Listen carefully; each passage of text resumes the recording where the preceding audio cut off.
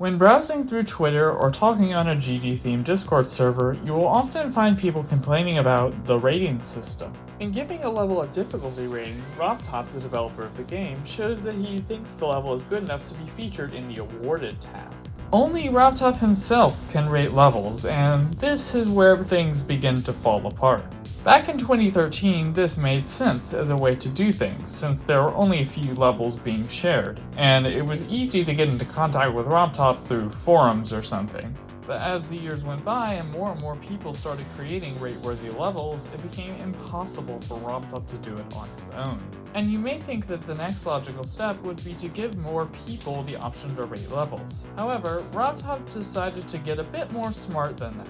He got together a team of moderators who are able to look at levels and send them directly to him. The system worked okay at first, but nowadays moderators can sometimes have hundreds of levels submitted to the Google Forms they create.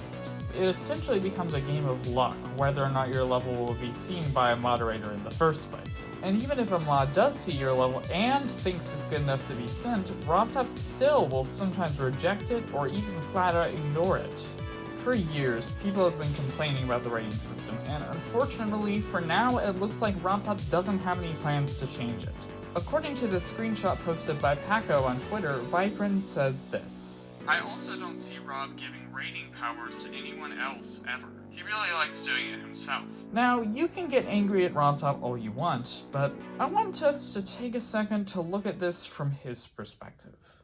For 11 years, he's been working on a massively popular game with ever-growing expectations from its community, while also trying to stay fit and spend time with his wife that he apparently has. And after all that, he still has to spend hours every day rating levels made by the community, all while really getting no thanks in return, and having people constantly badmouth him for having a horrible rating system and not caring about the community, when it's clear that he does care because he has enough money at this point that he could retire and abandon us if he really wanted to, and live the rest of his life in peace and luxury, and yet he doesn't do that. So maybe instead of complaining about the rating system and its flaws, we should just be thankful for what we have, and thank RobTop for sticking with us all these years. What Geometry Dash phenomenon would you guys like me to give a lesson in next? Leave your ideas down below. And obviously be sure to check out Lessons in Meme Culture, the channel this series is inspired by.